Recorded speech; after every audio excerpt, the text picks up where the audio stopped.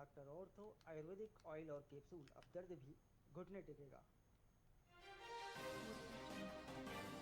पंचकूला में नगर निगम चुनाव को लेकर कांग्रेस ने पार्षदों की लिस्ट की जारी। 17 पार्षद उम्मीदवारों के नाम घोषित, 3 टिकट अभी होल्ड पर रखे गए।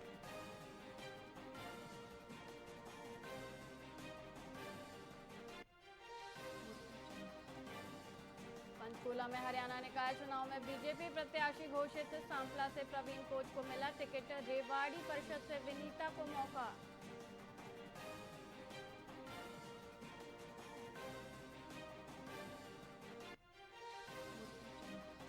मिस्ट्री बनी हरियाणवी एक्ट्रेस दिव्यांका सिरोही की मौत। परिवार बोला हार्ट अटैक के बाद सिर में चोट लगी, बिना पोस्टमार्टम अंतिम संस्कार किया।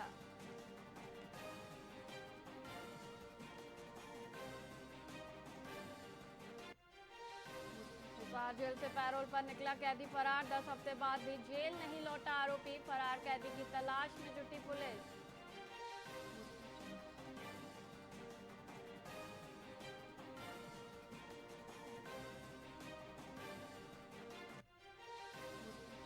बंगाल के कुमारगंज में भाजपा प्रत्याशी पर हमला। भीड़ से बचने के लिए भागते दिखे शुभेंदु सरकार।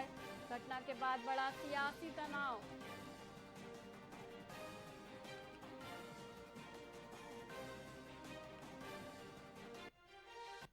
नमस्कार, आप देख रहे हैं वीआईपी न्यूज और मैं हूं वैशाली श्रीवास्तव। आइए रुक करते हैं खबरों की ओर।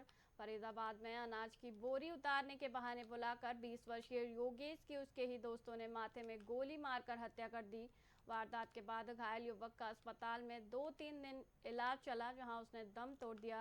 वहीं मृतक के पिता नेत्रपाल और परिजनों का रो रो कर बुरा हाल है।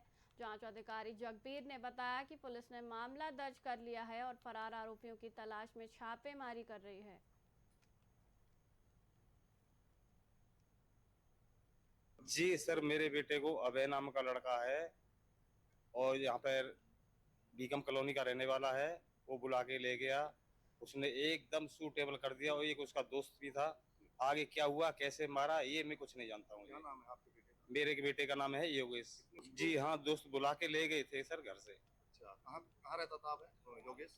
योगेश रहता था Subhash colony DNB public school के पास। नहीं सर, अवैध हथियार से मारा गया है। जी हाँ, बिल्कुल सटा के मारा गया है, गोली पार भी नहीं हुई। और पुलिस के द्वारा जो कुछ पुलिस ने किया वो अच्छा ही किया है। अब हम तो प्रशासन से गुहार मांगते हैं कि हमें कोई इंसाफ मिलना चाहिए जी। हम गरीब, बेटा था, अकेला बेटा था। 3 बहनें हैं उसकी। जी हाँ, अकेला बेटा। ये अपने 3 दोस्त थे, आपस में अपने ये वो कर रहे थे तो गोली चल गई थी वहाँ। उसके मृतक जो योगेश है उसके सिर में गोली जा लगी थी, तो उसी दिन से इसका इलाज चल रहा था।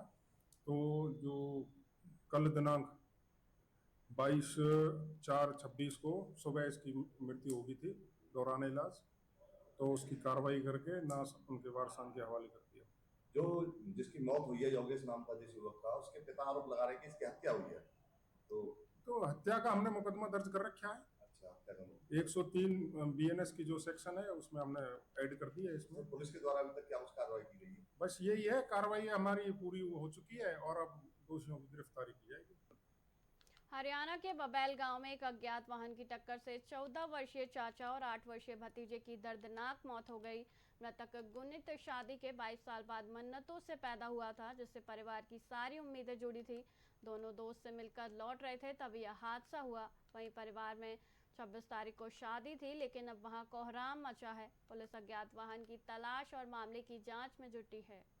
अरे ये जो 2 बच्चे थे, इनका एक दोस्त था प्लेडी, ये उससे कुछ साथ पढ़ रहे थे, कोई कॉपी कुपी या कुछ लेने गए होंगे। तो जब रास्ते में वापसी में भी आए तो उस टाइम इनका एक्सीडेंट हो गया। इसलिए वो एट द स्पॉट उसी टाइम एक्सपायर हो गए दोनों। हाँ, इनके दादा का लड़की की शादी है, इनकी बुआ की शादी। कल ले बहन बैठी तो सब हादसा मतलब भारी नुकसान हुआ। कुल मिला के ये है कि जो बड़ा लड़का है, जो चाचा था, ये तो कई साल पे तो जाकर उस लड़की का लड़का हुआ था, अकेला ही था। सारा गांव तकलीफ में है। उन बच्चों के दुख, रोटी भी नहीं खाई हमने तो। जब से पता लगा बहुत दुख हुआ, सभी सारा गांव एक तरह इकट्ठा हो गया। बस बहुत ही प्यारा था, घर ने भी प्यारा, सारे गांव ने प्यारा लगा करता। इकलौता बड़ा नदीद में पैदा हुआ, लाडला था और इस पर ही सारी भविष्य की उम्मीदें खड़ी थी। लेकिन सारी की सारी उम्मीद पानी में बैग अरे ये जो दो बच्चे यमुनानगर की छछरौली अनाज मंडी में किसानों की परेशानियां बढ़ती नजर आ रही हैं। सांसद वरुण मुलाना ने मंडी का दौरा कर किसानों और आड़तियों से बातचीत की। किसानों ने उठान में देरी, बायोमेट्रिक पोर्टल बंद रहने और ट्रैक्टर नंबर प्लेट नियम से दिक्कत बताई। सांसद ने सरकार की नीतियों को किसान विरोधी बताया और चेतावनी दी कि समाधान ना हुआ तो आंदोलन तेज किया जाएगा। 1 तारीख से खरीद शुरू हुई हरियाणा के अंदर, आज भी पूरा पोर्टल वेरीफाई नहीं हुआ। मेरी फसल मेरा ब्यौरा के ऊपर पहले किसान को पंजीकरण कराना पड़ता कि जी मैंने इस खिला नंबर में इस खेत में ये फसल लगाई, और उसको फिर 2 विभाग, कृषि विभाग और राजस्व विभाग, दोनों जो हैं एग्रीकल्चर डिपार्टमेंट और रेवेन्यू डिपार्टमेंट पैरेलल जो है वो वेरीफाई करते हैं कि खेत में वो फसल है या नहीं। 22 दिन बाद भी ये काम तो खरीद से पहले शुरू खत्म हो जाना चाहिए। हरियाणा में फायर विभाग के कर्मचारी अपनी मांगों को लेकर पिछले 15 दिनों से हड़ताल पर हैं। कर्मचारी शहीद का दर्जा, मुआवजा और परिवार को नौकरी देने की मांग कर रहे हैं। साथ ही कच्चे कर्मचारियों को नियमित करने और वेतन बढ़ाने की भी मांग उठाई गई है। हड़ताल के चलते आगजनी की घटनाओं में फायर ब्रिगेड की सेवाएं प्रभावित हो रही हैं, जिससे आम जनता को परेशानी का सामना करना पड़ रहा है। जींद के अंदर रैली की थी वाल्मीकि समाज की, वहाँ पर उन्होंने घोषणा करी थी कि जो ग्रामीण सफाई कर्मचारी है उनको हम 26,000 देंगे, जो शहरी सफाई कर्मचारी है उसको 27,000 रुपये देंगे, लेकिन आज तक भी वो मांग पूरी नहीं की। तो इनका विश्वास कैसे किया जाता है? हम इस बात पर अड़े हुए हैं कि जब तक हमारी मांगों के पत्र जारी नहीं होंगे हम इस हड़ताल को बिल्कुल भी ख़त्म नहीं करेंगे। और ये हड़ताल अभी आगे लंबी चलने वाली है, क्योंकि 1 मई से नगर पालिका कर्मचारी संघ के 40,000 सफाई कर्मचारी हरियाणा में, टोटल हरियाणा के अंदर हड़ताल में उतरने वाले हैं। उनका प्रोग्राम चले हुए हैं, काले बिल्ले का प्रोग्राम किया, भूख हड़ताल करने वाले हैं वो 26 तारीख से। जींद के अंदर रैली की थी वाल्मीकि समाज की। फरीदाबाद के कबूलपुर इलाके में महिला की हत्या के मामले में पुलिस ने 2 आरोपियों को गिरफ्तार किया है। मृतका अनीता 15 अप्रैल से लापता थी, जिसका शव 17 अप्रैल को नाले में मिला। जांच में सामने आया कि लिव इन संबंध के विवाद में मुख्य आरोपी ब्रह्मजीत ने अपने पिता के साथ मिलकर हत्या की साजिश रची।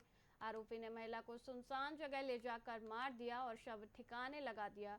वहीं पुलिस मामले की आगे की जाँच कर रही है। अभियुक्त है उसका नाम ब्रह्मजीत है, ये 22 वर्षीय है। इसके बारे में जानकारी निकाली गई, मौके से ये फरार था। उस संबंध में जो इसको हार्बरिंग कर रहा था और इसको मदद कर रहा था इसी का खुद का फादर था जगविंदर को 18 अप्रैल को, जब 17 अप्रैल को मुकदमा दर्ज हुआ, उस संबंध में फिर 18 अप्रैल को जगविंदर को अरेस्ट करा गया और उसके उपरांत ब्रह्मजीत को भी 21 अप्रैल को अरेस्ट करने में सफलता प्राप्त हुई।